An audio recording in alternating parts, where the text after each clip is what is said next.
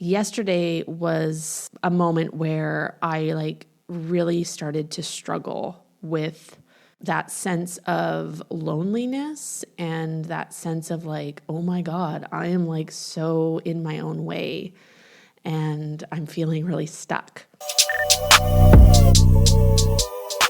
Fostering connection through vulnerability, the People Pleaser podcast validates struggles, celebrates growth, and inspires positive change. Together, let's embrace authenticity, challenge patterns, and evolve with compassion.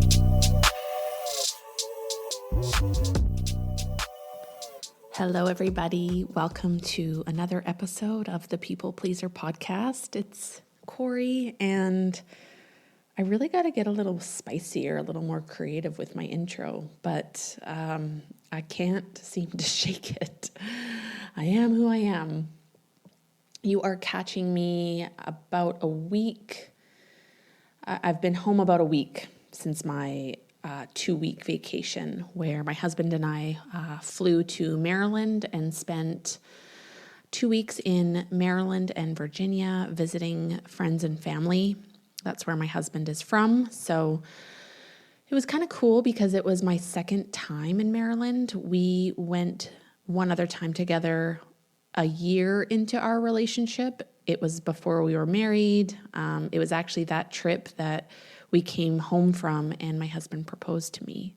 So it was really cool to not be meeting everybody for the first time. It was my second time meeting everybody and in person, of course.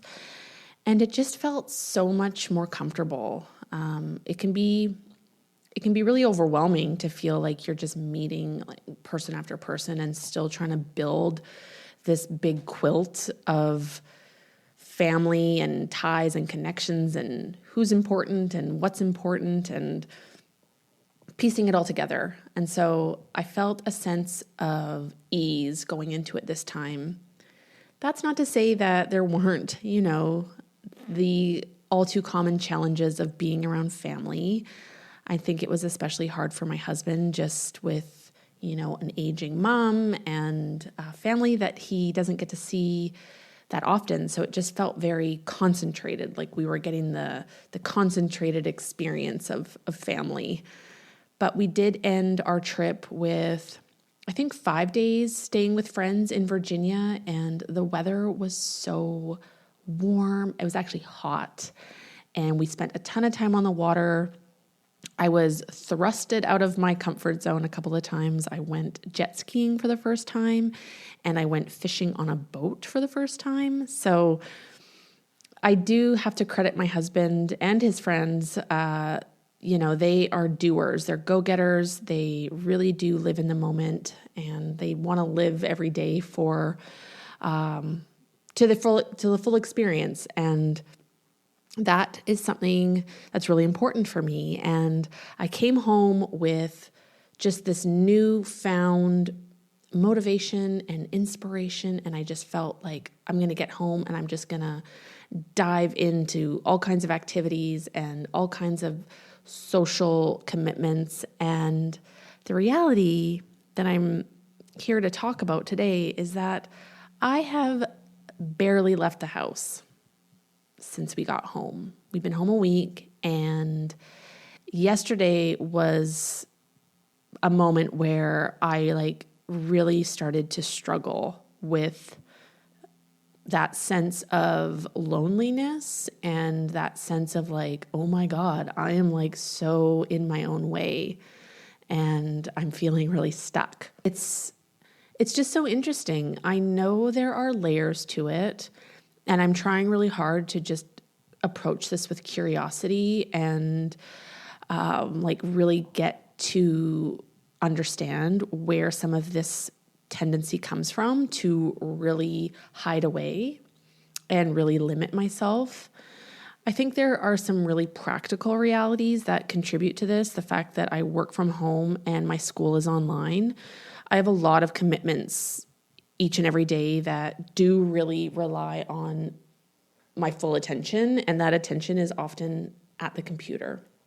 However, I would love to have a little bit more of a lighthearted approach with this, where I could change up my environment a little bit, even if it just means going to the library or a cafe. Like, my work is mobile. I just have to put myself into action with that. I've just too noticed that like I'm become quite trepidatious towards making new friends and building connections and putting myself out there. I struggle to initiate because on one level, I do feel like I am so self-sufficient and I can entertain myself and keep myself very busy day in, day out, completely on my own.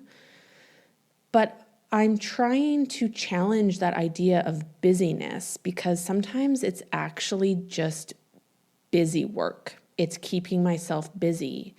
And as I sit here and really look at that, I actually see it as a bit of an avoidant behavior.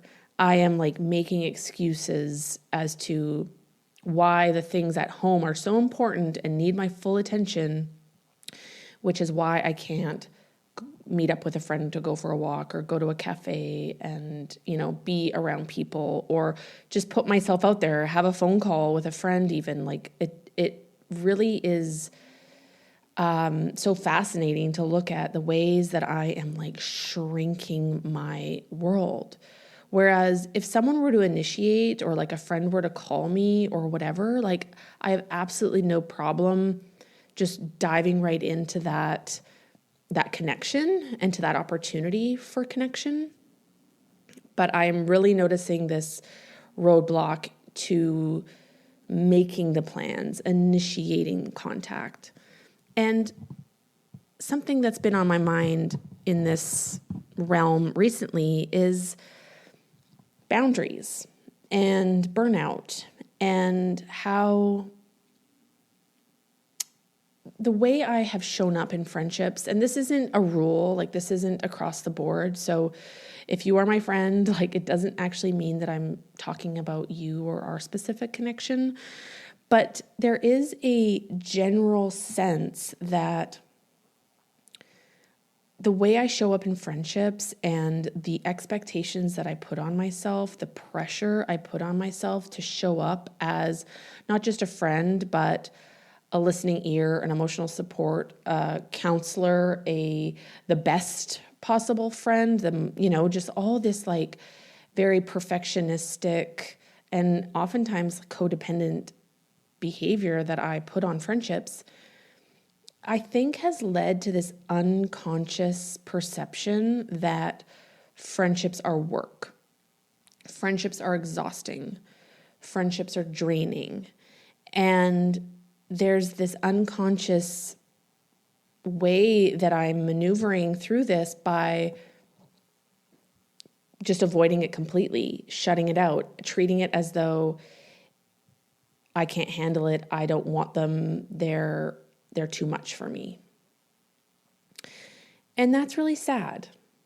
And it's so tricky to catch it as it's happening, and it's actually not always happening either, but that's kind of the way some of these unconscious behaviors fester, is that it may not even be happening, but we've built this like unconscious thought that it's going to happen or it might happen or that it's just a dangerous, risky thing and we should just avoid it altogether. And the result is that I'm lonely.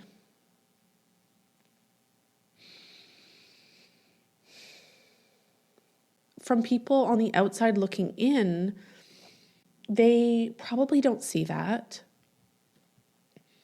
They probably don't understand it. And I can't expect people to read my mind or consider me and my needs in their day-to-day, like we all have so much on our plates and we all are being pulled in so many different directions.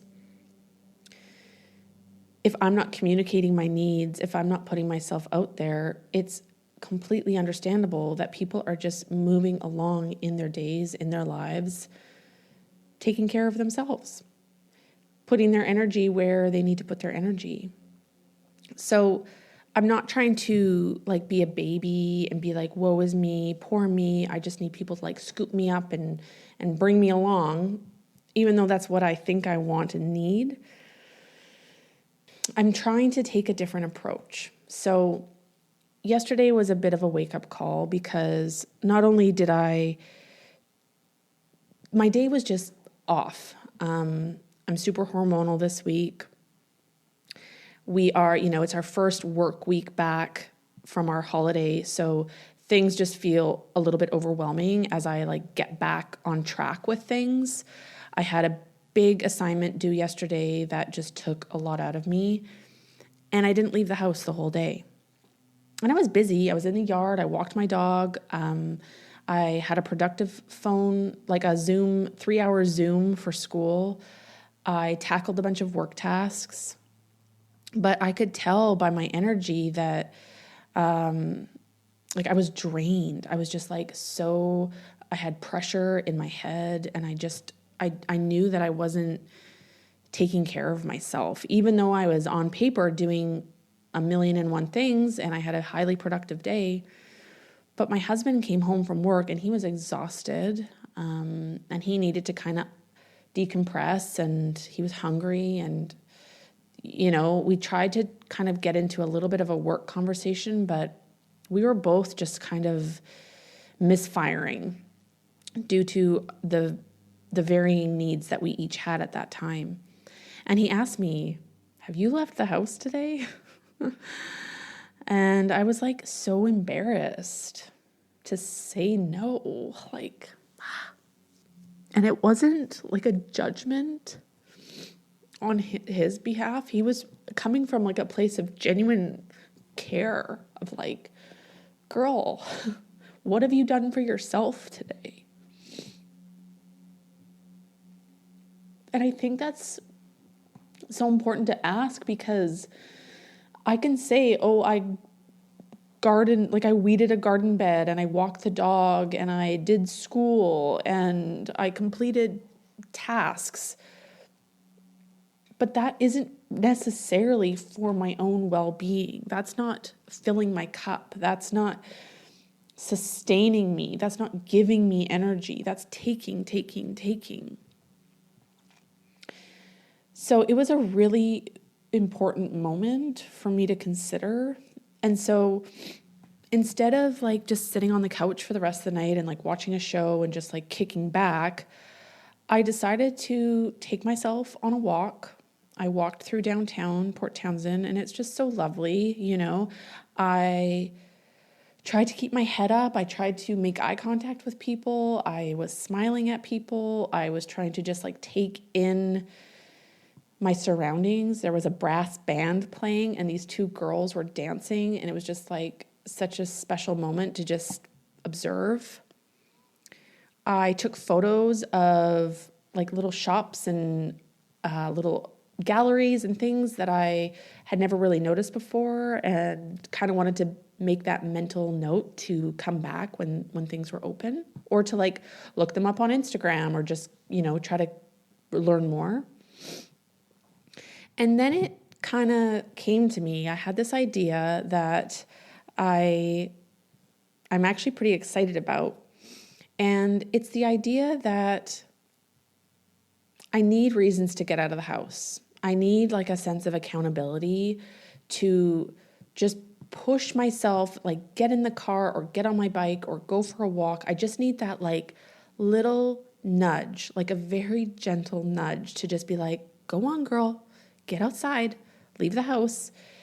But I thought, how cool would it be if I had like a purpose or a destination or something that I got to go do, as a little bit of a like buy-in for leaving the house.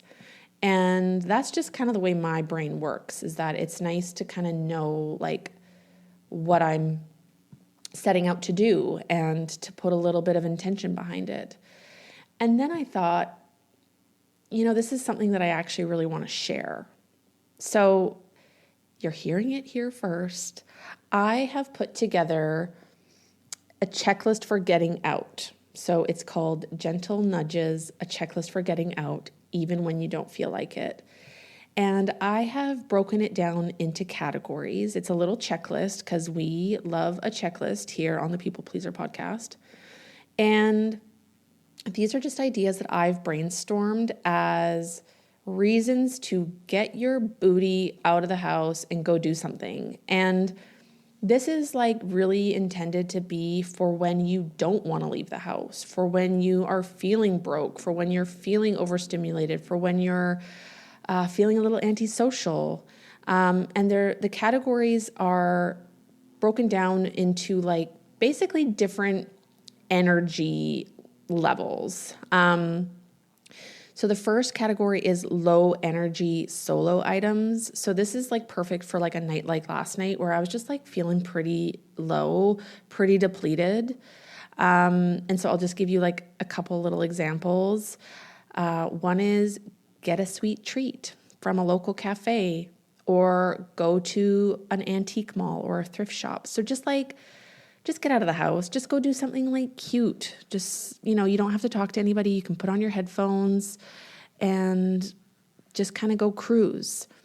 The second category is errands that count. So I was reading out my list to my husband and he kind of laughed at the fact that I had to go to the car wash as one of my things. But I'm like, that's not only something that's very productive, very like responsible, but I actually really like going to get a car wash. You could buy yourself a little treat at the gas station and just go watch the soap bubbles, You could also put together a bag of donations and drop them off at a local charity. So that's errands that count.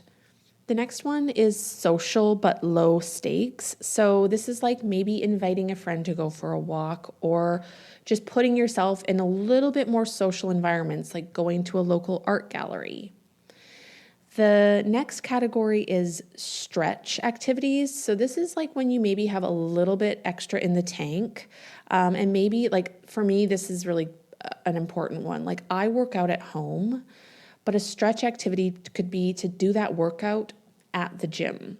So just like putting a little bit more intention in like the social aspect of an activity that I could very easily do on my own, but don't have to. There's another idea is like just to try to go to a local event. So some of these will require a little bit of extra planning, but there's so much that's happening every day, especially now that we're in the summer. It could be really easy to just like plop yourself into a social setting that's already existing. Like you don't even need to plan it. You just have to show up. And then finally, there's just a section where you can add your own ideas. So these may be specific to your needs, specific to your area.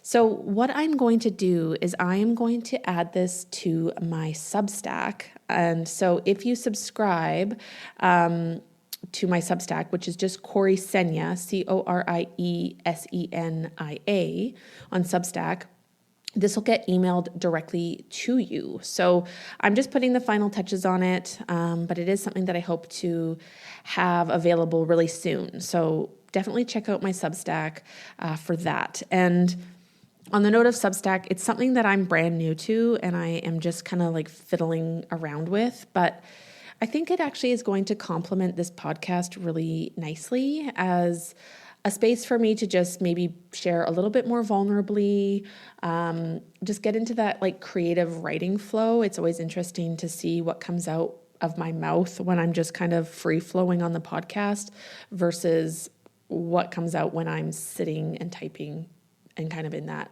writing headspace. So yeah, this checklist is really, for me, serving as some accountability. But it's also, I'm kind of romanticizing this idea of like leaving the house. Like leave the house, but give yourself like a fun little reason to leave the house. And I mean, this is really exciting for me because I am still feeling like I'm really new to town. And there's so many, like I've never been to our museum. I haven't actually walked inside of any of our art galleries.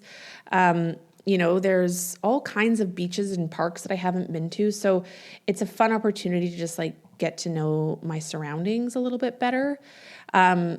In like where I'm from, Victoria, like I even loved the opportunity. Like when you're from somewhere, you rarely do like the touristy things, or, you walk by things your whole life, but you never have actually like gone inside. So it's just an invitation to push yourself a little bit outside of maybe your normal bubble or your normal comfort zone. And these are really intended to be gentle nudges. And it's just something you can like keep by the door or keep in a journal or whatever you decide to do it. Just have it nearby in those moments where you're like, wow, I am rotting in bed day after day after day. It might be time to switch it up a little bit. I have been putting myself out there socially a little bit more. I am really trying. I noticed that the waves of motivation come and I kind of act on that high energy or that high. But then when the responses start coming in, I'm like, oh no, now I need to actually like make a plan or follow through or like, kind of do more work. So yesterday I literally was just like, okay, I'm going to dedicate like X amount of minutes to just responding to texts, to emails, to messages on different platforms, and just like keep showing up. And my hope is that it's going to get easier.